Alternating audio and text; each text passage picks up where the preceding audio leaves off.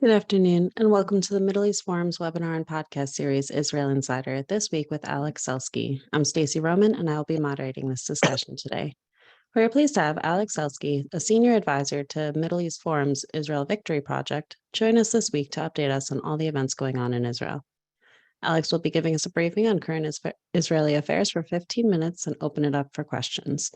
Should you wish to ask a question, please use the Q&A box located at the bottom of your screen to type your question. And with that, I will turn the discussion over to Alex Selsky. Hi, thank you very much. Well, good evening from Jerusalem and good afternoon for all our viewers. Well, this week major event was definitely the Operation Dawn. That was, very sudden, started very suddenly, and also in the same sudden way it was finished. It was only 3 days, actually, even less than 3 days. And we would like to ask, and that exactly is the topic of our talk today, what led to this operation? What were the reasons and what are the implications of this operation in the field of security and definitely politics? As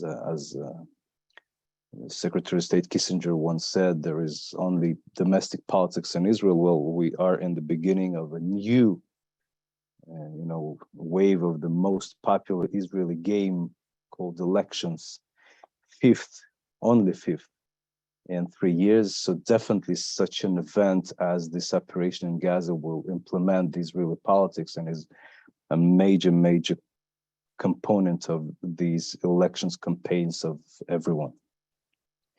And at the end, we will add also 2 other very important events that also took place in this week, and one is actually ended now, is the primaries into once it was the 2 major parties today.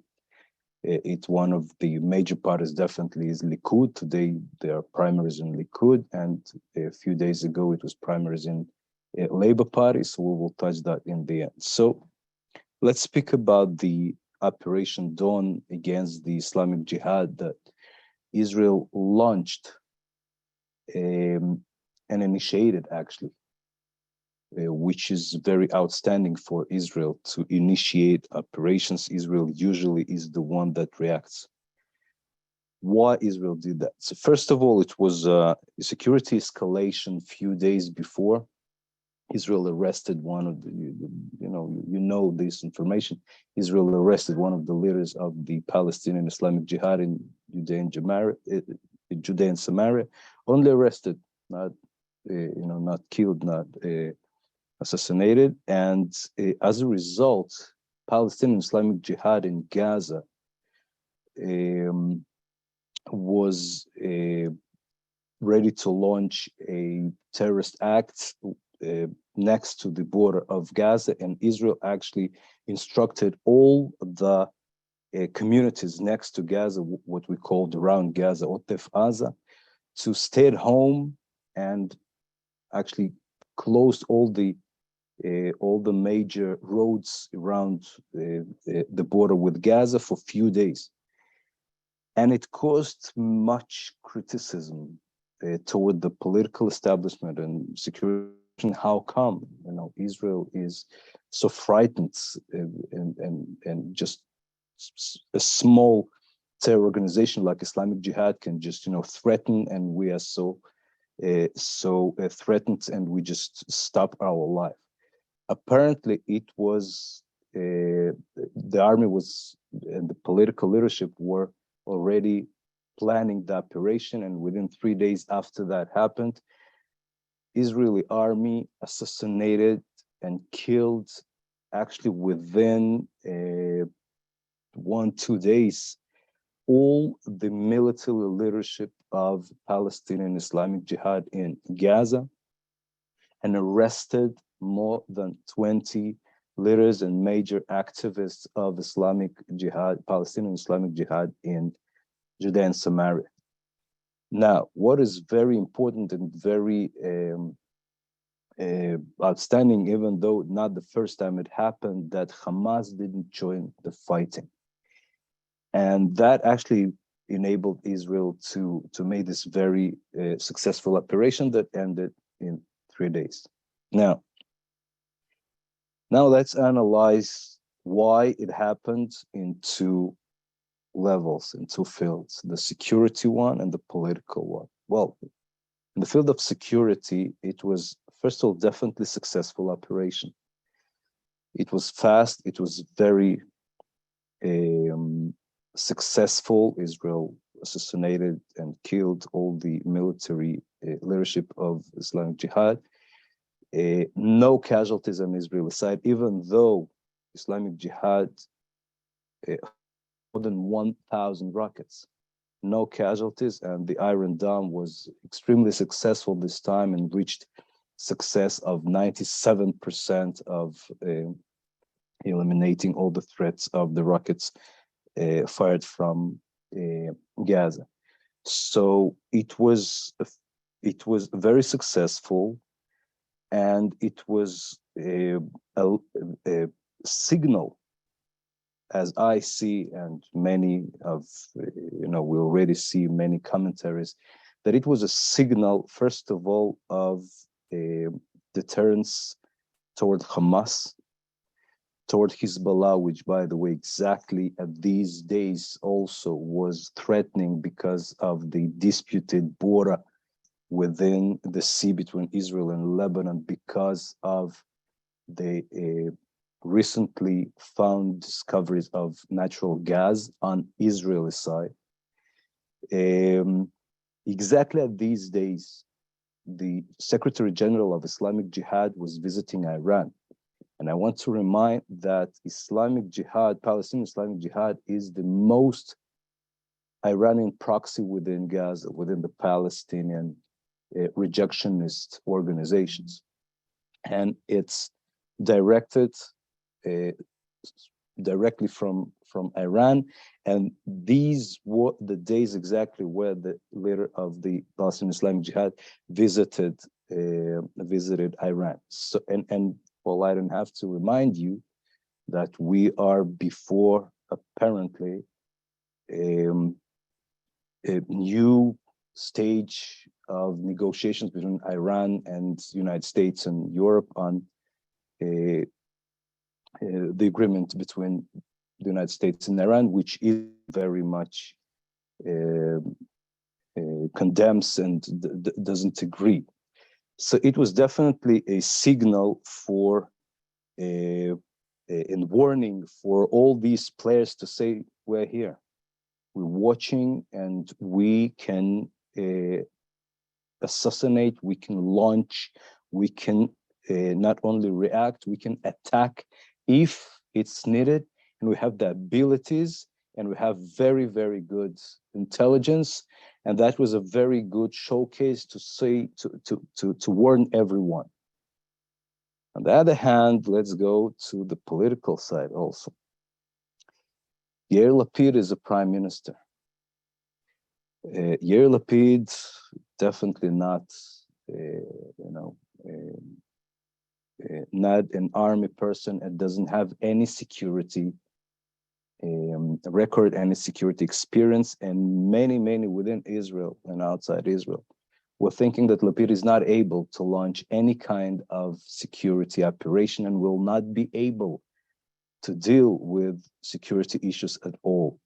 So security-wise and politically wise, for Lapid was important to show that he's able, to show it as a warning to all the foreign security threats and to all the internal domestic political threats, to say, I can be a prime minister.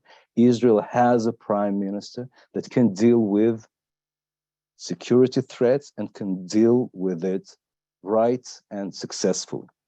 By the way, polls show day after the operation was ended, very, very high satisfaction of Israeli public with this operation. About 66%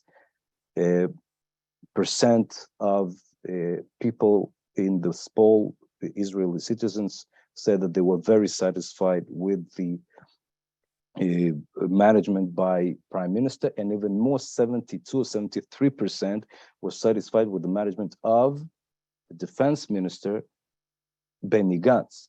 Now, here is also a political thing, because they actually compete, Lapid and Gantz, on leadership within the what we call the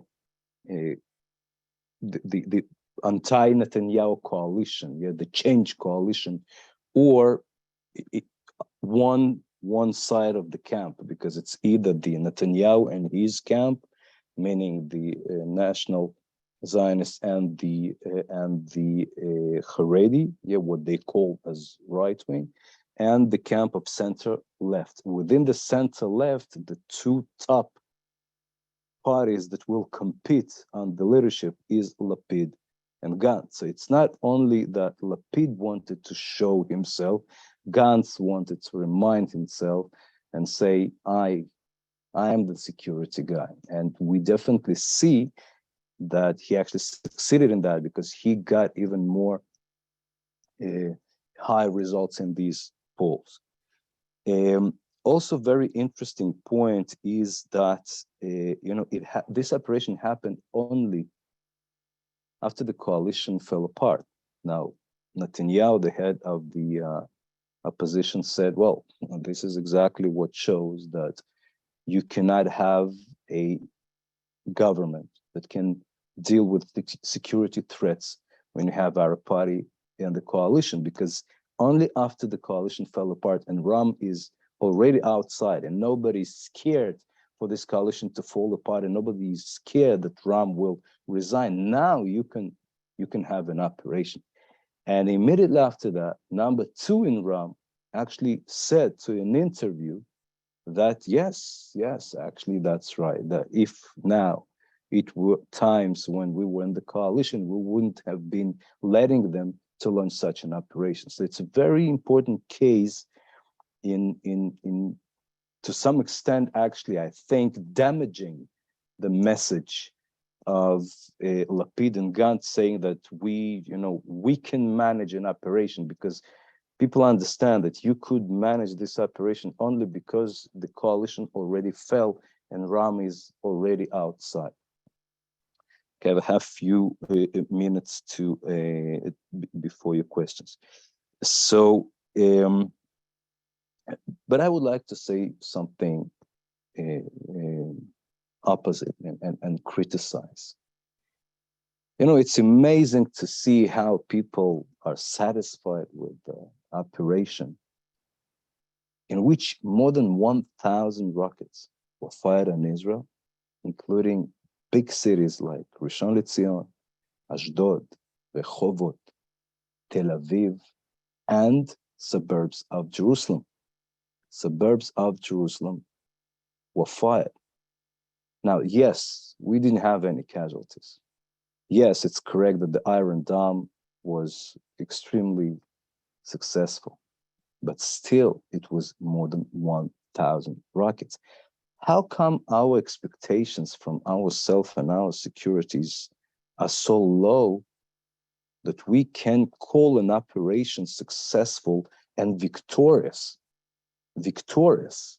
It was called victorious, while more than 1,000 rockets fell on Israeli, were fired on Israeli citizens. Children, families, women, elders were scared by this situation. It's not normal. Israel cannot afford this anymore. We cannot just go and continue these waves of violence and call ourselves winners while we beat one small organization, which is 100 times weaker than Hamas and 1,000 times weaker than Hezbollah, which still was able to fire more than 1,000 rockets and say to ourselves, we won. Well, I don't think it is victory. It was a successful micro, I repeat, that's my view, anti-terrorist organization.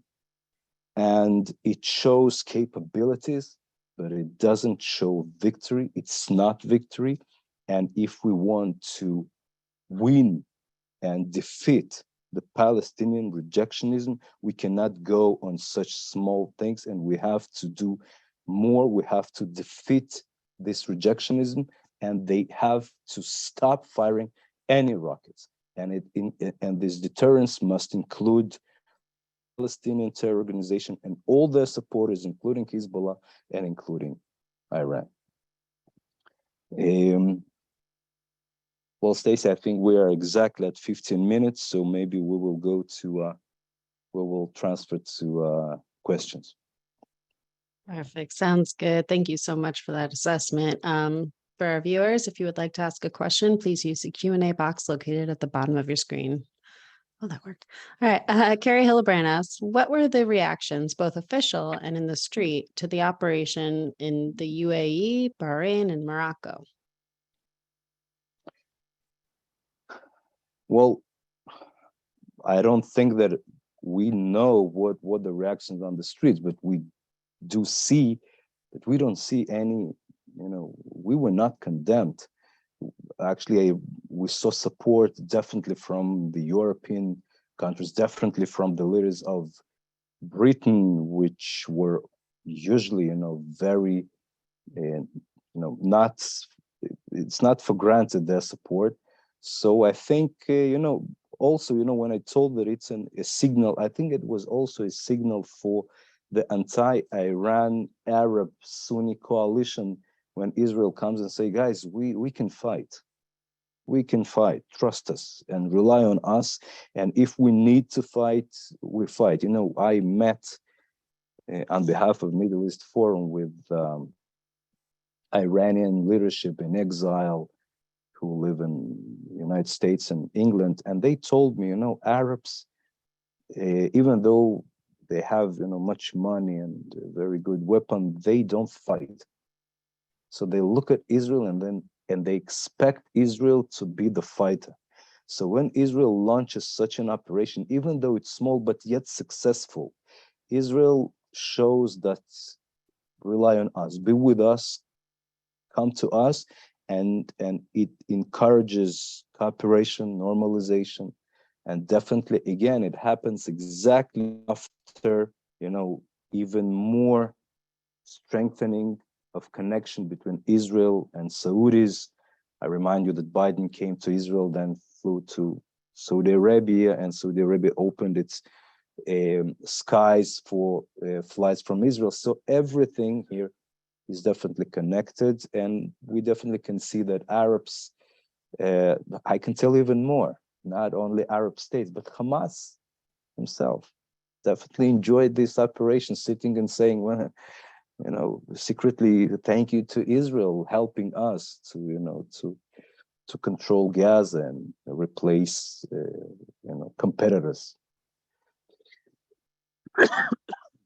So along those lines, Barak Korkmaz asks, is Hamas becoming a rational actor? If not, who will be addressed in terms of peace? Peace, it's a very complicated word. Let's talk about security.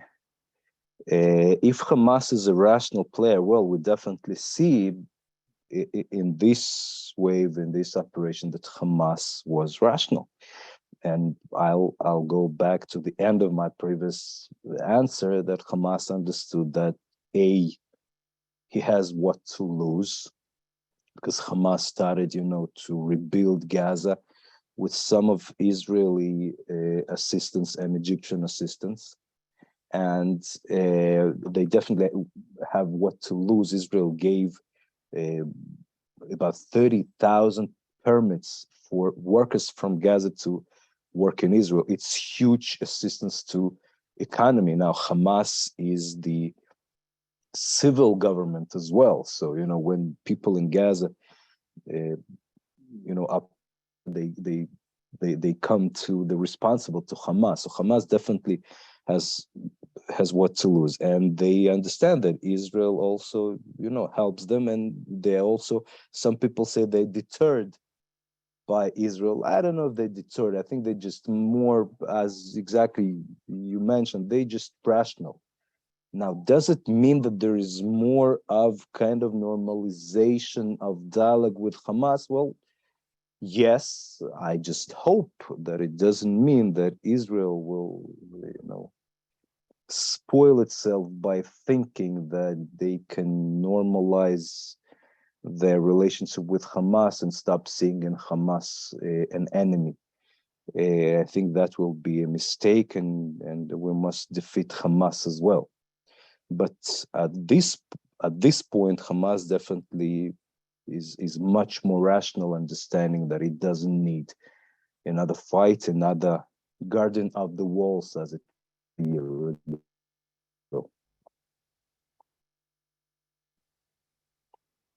All right, thank you so much. Ron asks, what, if any, is the significance of Egypt's role in the ceasefire? Well, it has a major significance because Egypt is the one that moderates the negotiations from both sides, as Israel doesn't speak to Hamas openly. Now, I'm sure that there are some abilities of Israel to speak to Hamas directly, but officially, the one who moderates the negotiations are Egyptians, and they do so. And it's also important because it shows to Hamas and to all the world, and to all the Sunni Arab partners, that Hamas is on our that Egypt is on our side. So when Egypt moderates it and does it in full coordination with Israel, so it has a huge role, first to finish, to come to this truce and ceasefire, and second to show that for Israel to show that they are coordinated with Egypt, and for Egypt to show to all the rest of the Arabs, okay, Israel, we're close to Israel. And today, uh, it's funny to say, but many Arab states compete on who is closer to Israel, because Israel today is a superpower, because, as I said, Israel shows that it's ready to act. Everybody understands that Israel is active within Iran more than majority of the Arab states. So Arabs understand that today you want to be strong, you have to be aside with Israel. Thank you. David Levine asks, how did any terror organization get 100 or 1,000 plus rockets into Gaza? And Doris Strauss follows up, are the rockets really being made in Gaza, or is Iran managing to supply them? Very good question. And this is the smaller organization. Think about how many rockets are in Hamas's hands. Now, I can remind you that in the previous operation, almost 5,000 rockets were fired, and we know that Hamas can do more. It's a very good question, and they definitely succeed to self-produce within Gaza with much of Iranian help. But yes, they have a very, very developed underground production capabilities, and they um, um, you know I think that's unprecedentedly stronger than we can afford. And that's exactly what I said. We cannot afford that. No matter if they deterred or not deterred, we cannot afford that Hamas, forget the Islamic Jihad, it's a smaller organization, that Hamas will have ability to fire again 6, 7, 8,000 rockets. I remind you that Guardian of the Walls was just less than 20 days. Okay, what if tomorrow we have an operation of 30 days? What if tomorrow Israel goes to disarm Gaza from rockets? It will be what, 5,000 rockets fired? We cannot afford that, and this is not normal, and we cannot lower it, as I said, our expectations so low from ourselves to call ourselves winners when families and children had to run into shelters within what, Tel Aviv. It's crazy. Absolutely. Laurie Kurz follows up on that. I'm thrilled to hear you speak that Israel needs to not be satisfied with 1,000 missiles falling on Israel. What, in your opinion, should be done to prevent it from happening again? Well, the Middle East Forum has a wonderful project called Israel Victory Project, which I'm honored to be part of, and we come and claim for many years, and we do everything to convince everybody in Israel from top to down that Israel has to defeat the terrorist organization. Now, what does it mean? It means many things. It means changing many policies in terms of control over sovereignty over, Negev and Bedouins, and if it's Temple Mount, and if it's mixed cities, and if it's conditions of the security, the terrorists within the Israeli jails, and if it's, you have to finish it. If you go for operation, finish it. Go to disarmament. Go to don't give them any strength. Don't give them any concessions. Okay, no permits. Push and push and push. And we had just, and I hope that this is part of the reason we just now wrote an op-ed saying, listen, Palestinians are weak.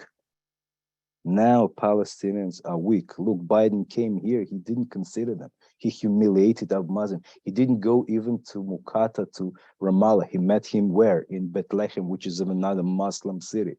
Yeah.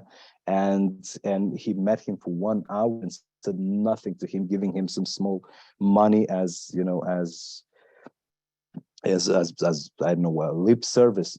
So now when they're weak, go and push even more. Nobody will care for Palestinians now. Europe is overwhelmingly busy with Ukraine, states with Iran, and China, Arabs with Iran. War in Ukraine causes inflation, which is much more important to Europeans and Americans. That's the time not to give concessions, but to push even more and to defeat Palestinian rejectionism, showing them that they have to stop fighting, because only after they will understand that they're defeated in this conflict, they will understand that they have to do something else and not fight Israelis and build whatever they want. Now, we call our project solution agnostic, meaning that we don't speak what will be the final arrangement. Will it be 2 states, 1 state, new state, whatever, Emirates within the Palestinian territories? No, any arrangement can be possible until they're defeated, and understand that Israel cannot be defeated, that all the Palestinian rejectionists have to uh, accept as Israel as a strong, winning Jewish state to stay, and that will be over. And we claim that there are many policies, which I very briefly mentioned some, which we have to lead. One of them in Gaza, and stop thinking that we need strong Hamas. For many years, Israeli establishment thought that we need strong Hamas because it splits the Palestinian Authority and delegitimize the Palestinian national movement in the international arena. Believe me, nobody will really support them. We don't need, even if we need Hamas, we can disarm them. By the way, we work now on a very important position paper by one of the major brigadier generals in reserve in Israel, writing a paper exactly describing a plan how we can do that. And we will be happy to tell about it. Thank you so much. One final question. Larry Greenberg asks, is there enough political will to win in Gaza to show Hamas, Fatah, and Hezbollah that they can be destroyed? That's exactly what I'm saying, that unfortunately in Israel for more than 10 years, it was a policy not to win in Gaza. It was a policy that, okay, let's have a little war every 2 years. It's not an existential threat. It's far from Tel Aviv, from Jerusalem, and but yet we need Hamas because it splits. Exactly what I said. We claim that this policy is wrong because until we don't defeat in Gaza, everybody will think that we can be defeated. And Palestinians, they don't see Israel as superpower that cannot be defeated until they see, a light at the end of the tunnel. Now it can be in Gaza, it can be on the Temple Mount, it can be in Negev. Until they think that they can hurt Israel a little, they dream they can defeat it at all. Until we defeat any of these feelings of seeing light in the end of the tunnel, we will not win. All right. Well, thank you so much. We've come to the close of our webinar and podcast. Alex, thank you for taking time to update us this week. Thank you very much, and see you all next time. Absolutely. For our viewers and listeners, please join us Friday at 1 p.m. Oh, sorry, we are actually not having a webinar this Friday. My apologies. Thank you all for joining us, and I hope you have a wonderful day.